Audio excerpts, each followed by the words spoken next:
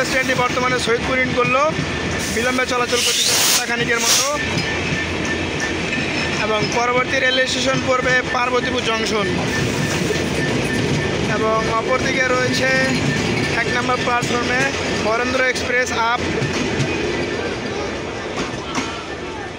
অনেক দূর চলে গেল আজকে বিষয়টা, যেখানে থাকার কথা কাছে চলে গেল অনেক দূরে।